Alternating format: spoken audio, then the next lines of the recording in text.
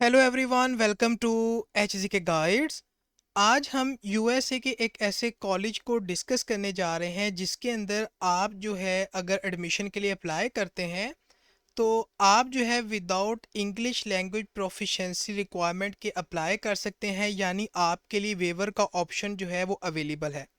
और यही नहीं बल्कि आप इस कॉलेज के अंदर विदाउट फ़ी आप जो है अप्लाई कर सकते हैं अपने एडमिशन के लिए।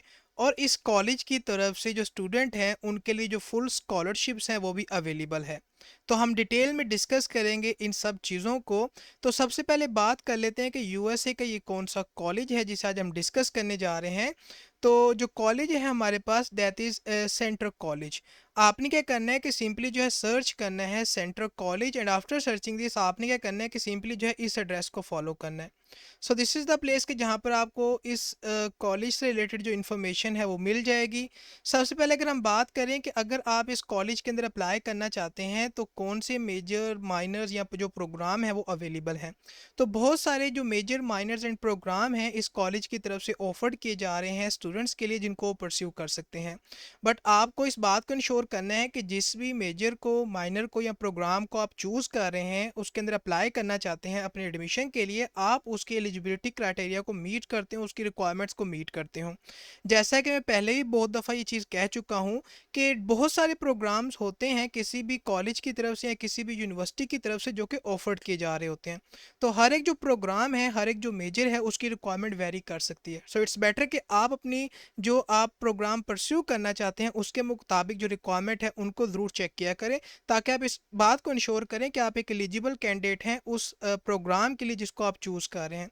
तो यहाँ पर आने के बाद आप जो मेजर एंड माइनर और जो अपना प्रोग्राम है उसको ईजिली यहाँ से फाइंड आउट कर सकते हैं।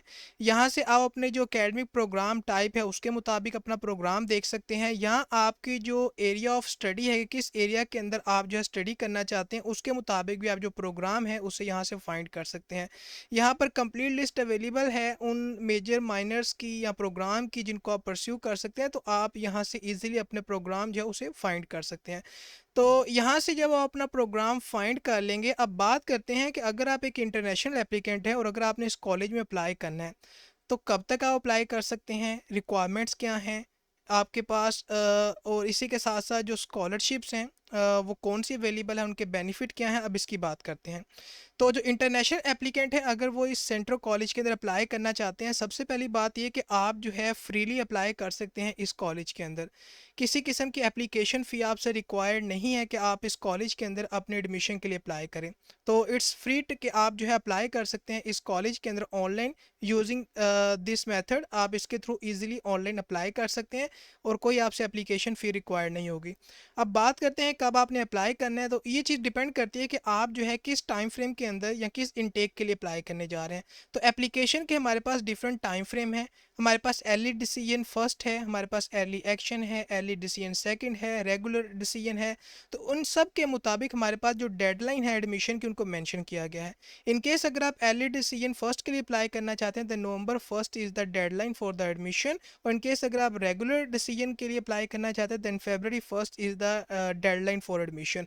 और उसके मुताबिक जो नोटिफिकेशन है हमारे पास इन एडमिशन का, उसका जो टाइम फ्रेम है उसको भी यहाँ पर मेंशन किया गया है। तो इन टाइम फ्रेम में से आप किसी भी टाइम फ्रेम के अंदर अप्लाई कर सकते हैं, डिपेंडिंग पोन कि आपने जो प्रोग्राम है वो कौन सा चूज़ किया और उसके मुताबिक आप देन जो है अप्लाई कर सकते हैं इस कॉलेज के अंदर अपने एडमिशन के लिए freely without any application fee. अब बात करते हैं कि आपकी जो एप्लीकेशन है उसके अंदर क्या चीज़ें आपसे रिक्वायर्ड होंगी। तो आपका जो एकेडमिक रिकॉर्ड है, यानी जो आपके एकेडमिक डॉक्यूमेंट्स हैं उनको आपने सबमिट करना है ऑफिशियल, और जो अटेस्टेड आपकी कॉपीज़ हैं एकेडमिक रिकॉर्ड की आप उनको सबमिट करेंगे। अगर जो आपके डॉक्यूमेंट्स आप सबमिट कर रहे हैं एजुकेशनल डॉक्यूमेंट्स वो इंग्लिश लैंग्वेज में नहीं हैं, तो ऐसे जो डॉक्यूमेंट्स हैं उनको आप को सर्टिफाइड ट्रांसलेशन करवानी पड़ेगी ताकि उन जो डॉक्यूमेंट्स हैं उनकी आप सबमिशन कर सकें। नेक्स्ट जो चीज़ है वो आपके पास प्रूफ ऑफ इंग्लिश लैंग्वेज है, यानी जो भी इंटरनेशनल एप्लीकेंट अप्लाई करना चाहते हैं उनके पास जो है इंग्लिश जो प्रोफिशेंसी है उसका प्रूफ होना चाहिए। और आप जो है इनमें से किसी एक मेथड के थ्रू जो है इस क्राइटेरिया को मीट कर सकते हैं। यानी आप जो है टेस्ट स्कोर को सबमिट कर सकते हैं आइल्स के, टोफल के, या जो डिफरेंट हमारे पास यहाँ पर टेस्ट स्कोर मेंशन है। या इन केस अगर आपने कंप्लीट कंप्लीट किया है अपना हाई स्कूल को और उसका जो करिकुलम था वो इंग्लिश में था, सच एज एन आईबी और ए लेवल प्रोग्राम, तो इन दैट केस आप जो है इस प्रूफ के बगैर भी अप्लाई कर सकते हैं कि आपके पास अगर इंग्लिश लैंग्वेज का प्रूफ नहीं है तो ये चीज़ ये क्राइटेरिया आपका जो है प्रूफ होगा उस चीज़ का।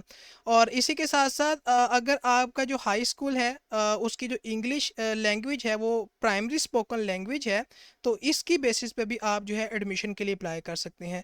और इन केस अगर जो स्टूडेंट हैं उनकी जो फर्स्ट या प्राइमरी लैंग्वेज है वो इंग्लिश है, तो इस क्राइटेरिया को भी अगर आप मीट करते हैं तो इसकी बेसिस पे भी आप अप्लाई कर सकते हैं। तो डिफरेंट हमारे पास यहाँ पर जो है क्राइटेरिया हैं जिनमें से आप किसी भी अगर एक रिक्वायरमेंट को मीट करते हैं तो आप इस इंग्लिश प्रोफिशेंसी का जो प्रूफ है उसको जो है प्रोवाइड कर सकते हैं।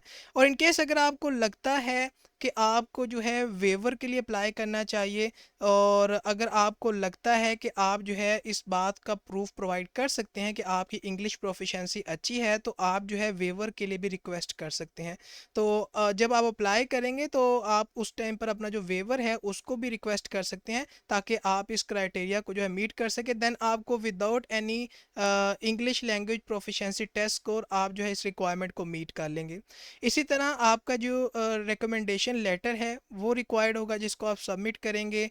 500 से 600 वर्ड्स का जो आपका एजे है उसको आपने सबमिट करना होता है, जिसको आप इंग्लिश लैंग्वेज में जो है राइट डाउन करेंगे। और फाइनेंस से रिलेटेड जो एक फॉर्म होता है उसको आप सबमिट करेंगे। और ये बात आपके माइंड में होनी चाहिए अगर आप चाहते हैं कि आप एडमिशन के लिए अप्लाई करें और अगर आप चाहते हैं कि आपको जो स्कॉलरशिप है उनके लिए कंसीडर किया जाए तो आपको जो फाइनेंस से रिलेटेड फॉर्म है उसको भी सबमिट करना होता है। तो ये जो डॉक्यूमेंट्स हैं ये आपके एप्लीकेशन के अंदर होने चाहिए अगर आप अप्लाई करना चाहते हैं इस कॉलेज के अंदर अपने एडमिशन के लिए, ताकि आपको स्कॉलरशिप के लिए भी कंसीडर किया जाए। अब अगर बात करें हमारे पास फाइनेंशियल जो सपोर्ट है स्टूडेंट के लिए, तो जो इंटरनेशनल स्टूडेंट्स हैं उनको जो है डिफरेंट ग्रांट्स प्रोवाइड की जाती हैं और उनको मेरिट स्कॉलरशिप्स भी प्रोवाइड की जाती हैं जो कि हाईली क्वालिफाइड स्टूडेंट्स होते हैं। और ये जो ग्रांट्स होती हैं ये आपको इतनी अमाउंट्स की प्रोवाइड की जा सकती हैं। और इसी के साथ साथ ना सिर्फ आपके लिए जो ग्रांट्स हैं ये अवेलेबल हैं, जो मेरिट स्कॉलरशिप्स हैं वो अवेलेबल हैं, बल्कि जो इंटरनेशनल स्टूडेंट्स होते हैं उनको ऑटोमेटिकली कंसीडर किया जाता है मेरिट बेस्ड जो स्कॉलरशिप प्रोग्राम है उनके लिए। और उनकी जो वैल्यू है वो रेंज करती है from this amount to this amount, यानी पर एकेडमिक ईयर आपको ये स्कॉलरशिप की सपोर्ट प्रोवाइड की जा सकती है। तो इट्स मीन कि आपको ऑटोमेटिकली कंसीडर किया जाता है मेरिट स्कॉलरशिप प्रोग्राम के लिए। लेकिन ऐसे स्कॉलरशिप प्रोग्राम जो कि कम्पिटिटिव हैं और उनके लिए आपको अपनी एप्लीकेशन की दिन सबमिशन करनी पड़ती है। तो जो जनरल मेरिट स्कॉलरशिप प्रोग्राम है वो आपको इतनी अमाउंट का प्रोवाइड किया जा सकता है। और इसी के साथ साथ अगर हम इस स्कॉलरशिप की अगर हम बात करें तो ये जो स्कॉलरशिप प्रोग्राम है ये एक हमारे पास प्रीमियर स्कॉलरशिप प्रोग्राम है, यानी इसके लिए आपको जो अपनी एप्लीकेशन है उसकी सबमिशन करनी पड़ेगी और उसके अंदर आपको जो फुल ट्यूशन है उसकी सपोर्ट प्रोवाइड की जाएगी, आपकी फ़ीस की सपोर्ट प्रोवाइड की जाएगी, आपको जो है अकोमोडेशन की सपोर्ट प्रोवाइड की जाएगी। यानी डिफरेंट बेनिफिट जो है प्रोवाइड किए जाएंगे अगर आप इस स्कॉलरशिप के लिए एलिजिबल हो सकते हैं। तो इसके लिए आपको एलिजिबिलिटी क्राइटेरिया को मीट करना पड़ेगा। तो ये एक फुल स्कॉलरशिप्स आपके लिए होगी ताकि आप इस स्कॉलरशिप के थ्रू इस कॉलेज के अंदर अपना जो प्रोग्राम है उसे परस्यू कर सकें। अपार्ट फ्रॉम दैट कुछ हमारे पास यहाँ पर स्पेशल स्कॉलरशिप्स भी हैं डिपेंडिंग पोन लैंग्वेज, डिपेंडिंग पोन परफॉर्मिंग आर्ट्स, विजुअल आर्ट्स, उसके मुताबिक यहाँ पर ये स्कॉलरशिप भी जो स्टूडेंट हैं उनके लिए हमारे पास अवेलेबल है। तो ये हमारे पास जो है डिफरेंट स्कॉलरशिप्स के ऑप्शंस अवेलेबल हैं अगर आप जो है इस कॉलेज के अंदर अप्लाई करते हैं अपने एडमिशन के लिए।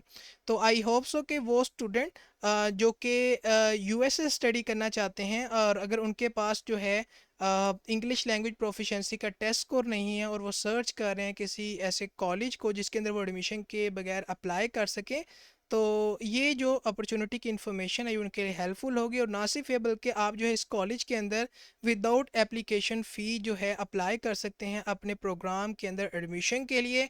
और जो स्टूडेंट हैं उनको ना सिर्फ मेरिट बेस्ड जो स्कॉलरशिप्स हैं वो प्रोवाइड की जा रही हैं, बल्कि जो हमारे पास कम्पिटिटिव स्कॉलरशिप प्रोग्राम है वही प्रोवाइड किए जा रहे हैं जिसके अंदर जो स्टूडेंट हैं उनको जो है फुल जो स्कॉलरशिप है उसकी सपोर्ट प्रोवाइड की जा रही है, इंक्लूडिंग उनको ट्यूशन फ़ी की, अकोमोडेशन की भी सपोर्ट प्रोवाइड की की जा रही है ताकि वो अपना जो स्टडी प्रोग्राम है उसे परस्यू कर सकें। तो ये थी आज की अपॉर्चुनिटी की इन्फॉर्मेशन।